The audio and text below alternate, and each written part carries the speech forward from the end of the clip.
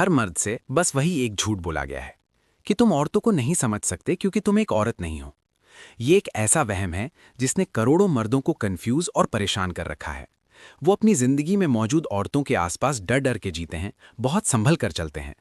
लेकिन यहाँ एक कड़वा सच है जो इस पूरी कहानी को तोड़ कर रख देगा। तुम्हें ये जानने के लिए कि एक औरत क्या चाहती है, उसकी फीलिंग्स को महसूस करने की जरूरत नहीं है।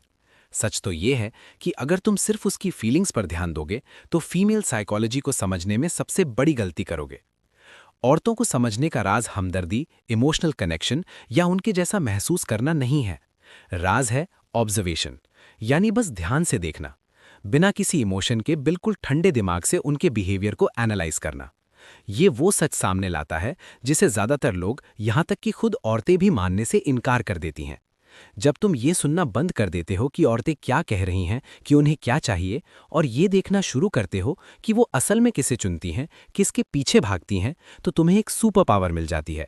और वो है औरतों की इच्छाओं की सही समझ। इस बात को गहराई से समझने के लिए जरा इन कुछ बातों पर गौर करो। पहली बात, फीलिंग्स और सच में फर्क होता है। मर्दों की सबसे बड़ी गलती ये है कि वो सोचते हैं कि जो महसूस हो रहा है वही सच है। जरा सोचो, एक डॉक्टर को कैंसर समझने के लिए उसे कैंसर होने की जरूरत नहीं है। सिस्टम को समझने के लिए देखने वाली नजर चाहिए, पर्सनल एक्सपीरियंस नहीं। जिस सर्जन ने कभी अपनी खुद की सर्जरी नहीं की, वो उस मरीज से बेहतर हार्ट सर्जरी कर सकता है जो उस दर्द को महसूस कर रहा है। यही नियम औरतों पर भी लागू होता है। एक बाहर वाला जो औरतों के बिहेवियर को दूर से बिना इमोशन के देखता है, वो अक्सर औरतों को उनसे बेहतर समझता है। दूसरी बात, जुबान और एक्शन का खेल। औरतें जब अपनी इच्छाओं के बारे में बताती हैं तो मामला और पेचीदा हो जाता है, क्योंकि समाज ने उन्हें सिखाया है कि जवाब वो दो जो सुनने में अच्छे लगें। जब उनसे पूछा जाता है कि उन्हें रिश्ते में क्या चाहिए, तो वो कहेंगी, मुझे ऐसा इंसान चाहिए जो मेरे साथ अच्छा बर्ताव करे, मुझसे बातें करे और मुझे सेफ फील कराए। लेकिन जरा उनकी असली पसंद को देखो। इंसान की फितरत है कि उसे मेहनत से ज्यादा एंटरटेनमेंट, रिस्क से ज्यादा कंफर्ट और फ्यूचर से ज्यादा अभी की खुशी चाहिए। औरतें भी इसी सिद्धांत पर चलती हैं। तीसरी बात, वो किसे चुनती हैं। वो औरत जो कहती है कि उसे एक समझदार और बात करने वाला पार्टनर चाहिए, वो बार बार उन मर्दों को डेट करती है जो इमोशनली दूर रहते हैं। वो औरत जो कहती है कि वो इज्जत और दया की कद्र करती है, वो उन मर्दों के साथ रहती है जो उसके साथ बुरा बर्ताव करते हैं, जबकि उन अच्छे मर्दों को मना कर देती है जो उसे पलकों पर बिठाते हैं। उसकी ये फीलिंग्स कि उसे क्या चाहिए सच्ची हैं, वो झूठ नहीं बोल रही, लेकिन उसका बिहेवियर उसके अंदर की उस पुरानी प्रोग्रामिंग को दिखाता है जो बिल्कुल अलग चीजों को अपनी प्रायोरिटी बनाती है। अब सवाल यह है कि मर्द यहां गलती कहां करते हैं। मर्द अपने व्यवहार को औरतों की कही बातों के हिसाब से ढाल लेते हैं और फिर हैरान होते हैं कि यह तरीका काम क्यों नहीं कर रहा। वो मर्द जो ज्यादा इमोशनल हो जाता है क्योंकि उस लड़की ने कहा था कि उसे बातचीत पसंद है, वो पाता है कि ऐसा करने से लड़की का इंटरेस्ट कम हो गया है। वो मर्द जो उसकी ज्यादा इज्जत करता है, वो पाता है कि अब वो उसे कम पसंद करने लगी है।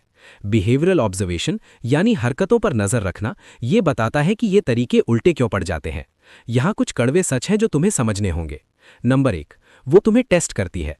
औरतों की बायोलॉजी मर्दों की ताकत को टेस्ट करने के लिए ही बनी है। वो अलग अलग तरह के प्रेशर डालकर ये चेक करती है। जो मर्द उसकी कही बातों के हिसाब से अपना व्यवहार बदल लेता है, वो इस टेस्ट में फेल हो जाता है, क्योंकि वो ये साबित कर देता है कि उसे बातों से कंट्रोल किया जा सकता है। वो जानबूझकर तुम्हें कंट्रोल नहीं करना चाहती, वो तो ये देखना चाहती है कि क्या तुम इतने मजबूत हो कि कंट्रोल होने से बच सको। नंबर 2, उसे चैलेंज चाहिए, हाँ में हाँ नहीं। उसका दिमाग कहता है कि उसे हाँ में हाँ मिलाने वाला पार्टनर चाहिए, लेकिन उसकी बायोलॉजी मर्दों को इस आधार पर आंकती है कि उनका खुद पर कितना कंट्रोल है।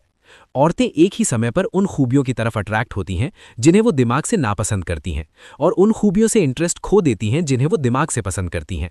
ये ताकत, स्टेटस और डोमिनेंस का खेल है। नंबर 3, पैटर्न को पहचानो। वो औरत जो कहती है उसे स्टेबिलिटी चाहिए लेकिन लगातार ड्रामा चुनती है, वो ये दिखा रही है कि उसकी बायोलॉजिकल प्रोग्रामिंग सर्टेनिटी को कमजोरी मानती है। वो औरत जो कहती है कि वो काइंडनेस की कद्र करती है लेकिन रौबेदार मर्दों पर फिदा होती है, वो उस प्रोग्रामिंग का इजहार कर रही है जो अग्रेशन को सुरक्षा से जोड़ती है। तो तुम्हें करना क्या है?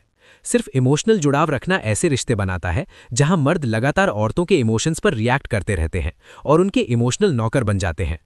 ऑब्जर्वेशन ये उल्टा सच सामने लाता है कि औरतें अक्सर तब बेहतर महसूस करती हैं जब मर्द उनकी इमोशनल मांगों को इग्नोर करके अपनी बाउंड्रीज और उसूलों पर टिके रहते हैं। इसका मतलब ये नहीं कि तुम पत्थर दिल हो जाओ, इसका मतलब ये है कि थोड़े समय के इमोशनल मैनेजमेंट के बजाय लंबे समय के लिए रिश्ते की हेल्थ को देखते हुए फैसले लेना।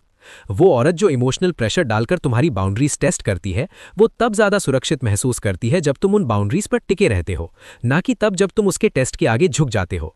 ये समझना होगा कि बस जैसे हो वैसे रहो, उसे रानी की तरह रखो, ये सब इमोशनल एडवाइस है जो असल में अट्रैक्शन पैदा नहीं करती। जो मर्द औरतों की दी हुई रिश्ते की एडवाइस को फॉलो करता है, वो आमतौर पर उन औरतों के लिए कम अट्रैक्टिव बन जाता है। तुम्हें औरतों के अप्रूवल से खुद को थोड़ा अलग करना होगा। तुम्हें उनकी थोड़ी देर की नाराजगी से कंफर्टेबल होना पड़ेगा। जब तुम औरतों को उनकी फीलिंग्स के बजाय उनके बिहेवियर से समझते हो, तो तुम ये जान पाते हो कि किस एक्शन का क्या रिएक्शन होगा। तुम औरतों को खुश करने की कोशिश बंद कर देते हो और ऐसे हालात बनाना शुरू करते हो जो असली अट्रैक्शन और इज्जत पैदा करें। ये सच थोड़ा अजीब लग सकता है कि सबसे खुश औरतें अक्सर उन मर्दों के साथ होती हैं जो उनकी इमोशनल स्टेट की सबसे कम परवाह करते दिखते हैं। ये मर्द क्रूर नहीं है, वो बस ये समझते हैं कि इमोशनल गुलामी अक्सर वो नतीजे देती है जो कोई नहीं चाहता। जिस औरत को ये पता चलता है कि वो इमोशनल होकर उस मर्द को नचा नहीं सकती, वो उसकी मानसिक ताकत की इज्जत करने लगती है। जिस औरत को ये एहसास होता है कि उसके इमोशनल तूफान उस मर्द को हिला नहीं सकते, वो उसकी क्षमता पर भरोसा करती है और सुरक्षित महसूस करती है। आखिरी बात, बिहेवियरल एनालिसिस का इस्तेमाल करने के लिए तुम्हें देखने का नजरिया बदलना होगा। सोशल मीडिया को ही देख लो। औरतें ऑनलाइन ऐसी पर्सनालिटी बनाती हैं जो उनकी बताई हुई वैल्यूज को दिखाती हैं, लेकिन उनके असली इंटरैक्शन को देखो। वो किसके कंटेंट पर सबसे ज्यादा रिस्पॉन्स देती हैं। वो औरत जो इमोशनल अवेलेबिलिटी को अपनी टॉप जरूरत बताती है, वो लगातार उन मर्दों को चुनती है जो इमोशनली दूर हैं। ये कोई चरित्र की कमी नहीं है, ये उनके कॉन्शियस इरादों और सबकॉन्शियस मकसदों के बीच का फर्क है। अब चुनाव तुम्हारा है। या तो औरतों को उनकी फीलिंग्स के जरिए समझने की कोशिश करते रहो और हमेशा कंफ्यूज रहो, या उनके बिहेवियर को पढ़ना सीख लो और वो नजरिया हासिल करो जो फीमेल साइकोलॉजी के साथ तुम्हारे हर इंटरैक्शन को बदल दे। समझदारी से चुनना। तुम्हारे रिश्तों की सफलता इसी बुनियादी फर्क पर निर्भर करती है कि औरतें क्या महसूस करती हैं और औरतें असल में क्या चाहती हैं।